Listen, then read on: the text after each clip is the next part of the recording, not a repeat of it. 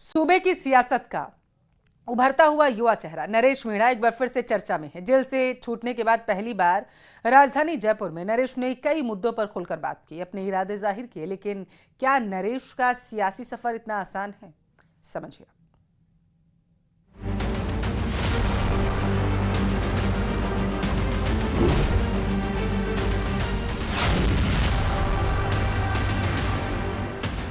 क्या होगा नरेश मीणा का राजनीतिक भविष्य? कांग्रेस देगी टिकट या बीजेपी करेगी प्रयास? नरेश मीणा से तीसरे मोर्चे की भी बधी आस। नरेश के सियासी सफर पर तरह तरह के कयास। मेरी मजबूरी है आज कि माननीय न्यायालय का ऐसा आदेश है, तो उसकी माननीय न्यायालय के आदेश की पालना करने के कारण मैं आज आपसे कुछ बोल नहीं पाऊंगा, लेकिन आपको जल्दी आमंत्रित करूंगा और जितने भी आपकी जिज्ञासा है, जितने भी आपके सवाल हैं, उनके पूरे जवाब दें।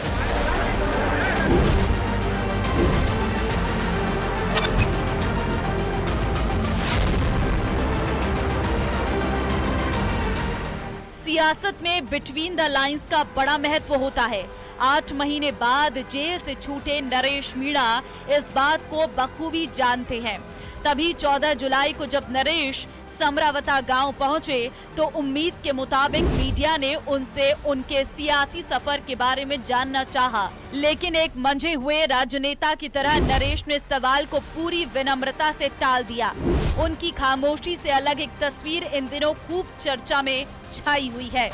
इस तस्वीर में नरेश राजकुमार रोत, हनुमान बेनीवाल, रविंद्र भाटी और चंद्रशेखर आजाद जैसे नेताओं के साथ नजर आ रहे हैं। इस तस्वीर से प्रदेश में तीसरे मोर्चे की सुगबुगाहट तेज हो गई है। इस बीच 18 जुलाई को राजधानी जयपुर में नरेश मीणा ने जन क्रांति यात्रा शुरू करने का बड़ा ऐलान किया है। 21 जुलाई से जन क्रांति यात्रा का ऐलान। झालावाड़ के मनोहर थाना के कामखेड़ा बालाजी से शुरू होगी यात्रा।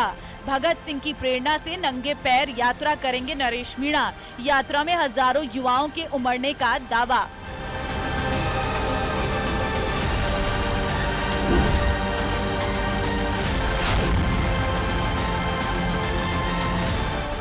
कुल मिलाकर जेल से बाहर आने के बाद नरेश मीणा अपने बेबाक अंदाज के लिए फिर से चर्चा में हैं। जितने उनके अंदाज की चर्चा है, उतनी ही चर्चा उनके सियासी सफर को लेकर भी चल रही।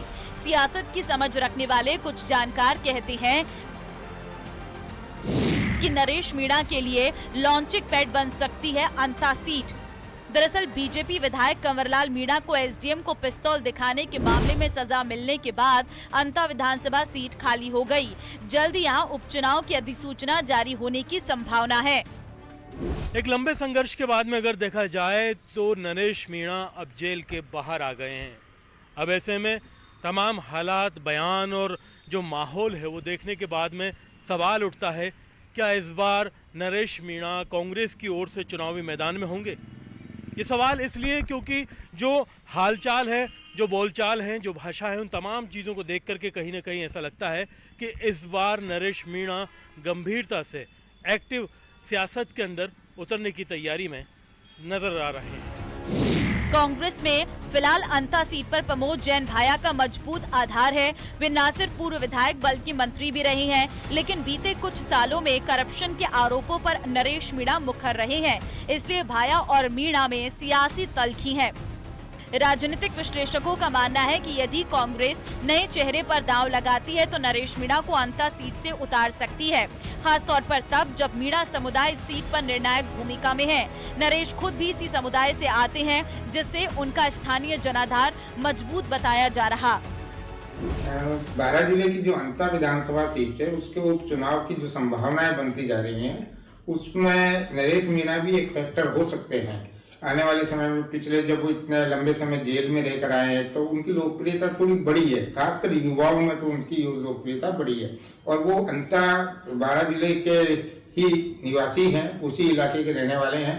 तो जब वो उपचुनाव लड़ते हैं, जो लॉन्चिंग पैड हम मान के उनके लिए संभावना देख सकते हैं, तो निश्चित तौर पर मुकाबला त्रिकोणीय वो कर सकते हैं। अंता विधानसभा सीट बीजेपी का गढ़ मानी जाती है।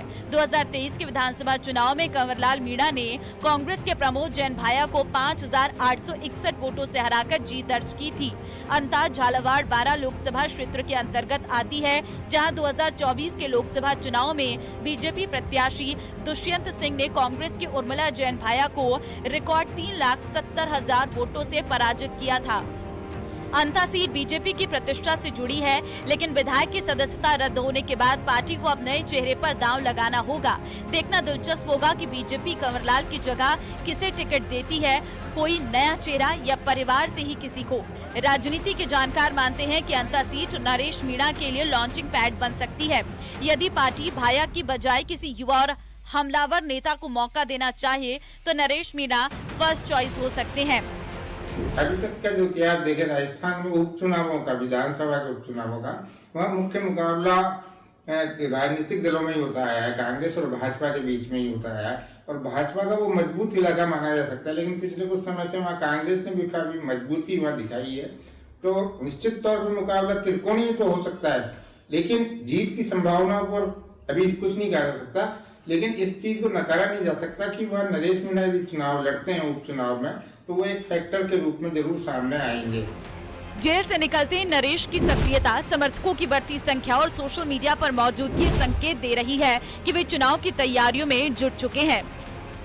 नरेश मीणा के बाहर आने के बाद में सियासत में उनके लिए रास्ते अब खुले नजर आ रहे हैं। जिस तरह का माहौल है, उनके लिए काफ़ी क्रेज देखने को मिल रहा है। खास करके युवा जो मीणा समाज के लोग हैं, वो काफ़ी उन्हें पसंद करते हैं और वो इस तरह के मामलों में उनमें पॉपुलर भी हैं। अब ये देखना होगा कि सियासत की जिस तरह की तैयारी उनकी नज़र आ रही है, जिस तरह के हालात नज़र आ रहे हैं, उसमें उनका रुख किस तरफ जाता है। दूसरी तरफ जो अदालती मामले हैं, उसके अंदर कहीं ना कहीं उनकी एक रग दबी रहेगी। कैमरा पर्सन अविनाश के साथ में अरबाज अहमद, न्यूज़ 18 के लिए जयपुर से। आगरा से एक सनसनीखेज खबर सामने आई है। आगरा सदर इलाके की रहने वाली 2 सगी नाबालिग बहनों के अपहरण और धर्मांतरण के मामले में पुलिस ने बड़ी कार्रवाई करते हुए 6 राज्यों से 10 आरोपियों को गिरफ्तार किया। मामले को लेकर राजस्थान में भी कार्रवाई की गई है।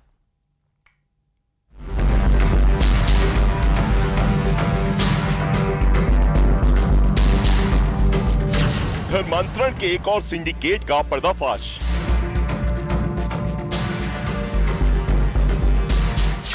छह स्टेट हिंदू से मुस्लिम बनाने का खेल।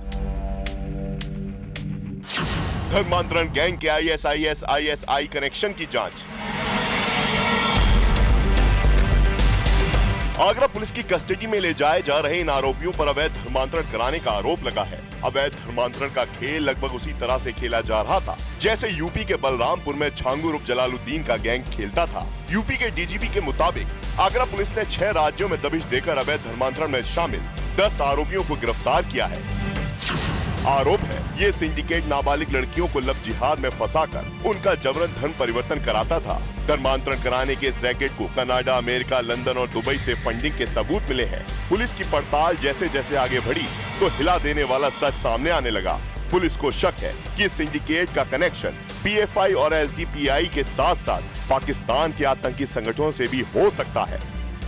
अवैध धर्मांतरण कराने के इस रैकेट के टारगेट पर पढ़े लिखे और कम उम्र की लड़कियां और लड़के होते थे। 6 प्रदेशों में साइमल्टेनियस दबिश देकर के 10 लोगों को गिरफ्तार किया गया है, जो कि देश के विभिन्न राज्यों में विशेष तौर पर कम उम्र की लड़कियों को प्रलोभन, लव जिहाद और अन्य तरीकों से प्रभावित करके धर्मांतरण के कार्य में लिप्त थे।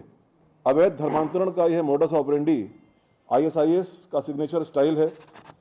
अभी तक प्रारंभिक जांच में इस ग्रुप का संबंध PFI से, SDPI से और पाकिस्तान के आतंकी संगठनों से भी होने के संकेत मिले हैं।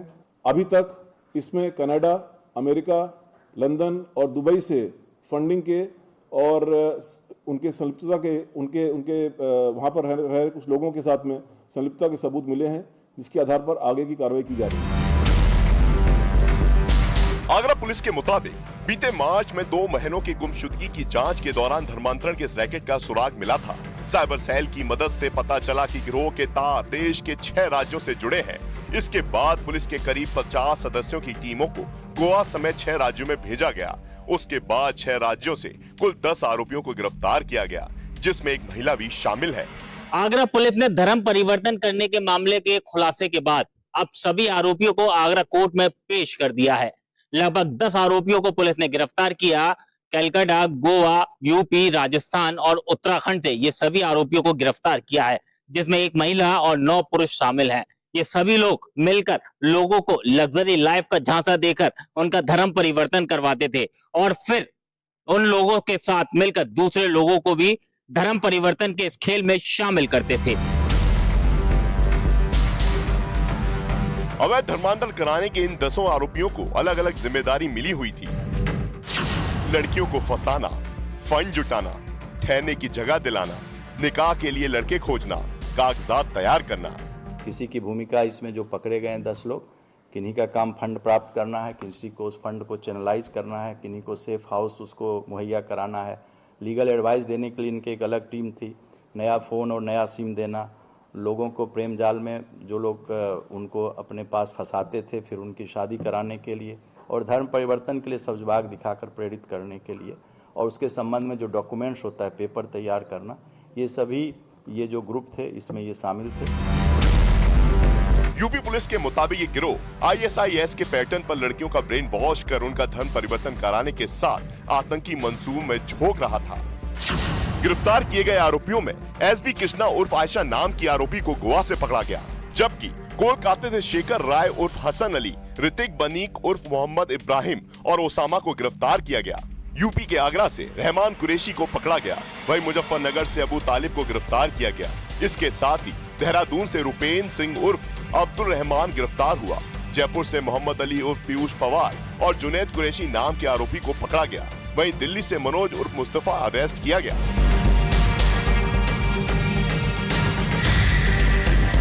पुलिस अब इस नेटवर्क से जुड़े बाकी आरोपियों की तलाश में जुटी है और जल्द ही और गिरफ्तारियां हो सकती हैं।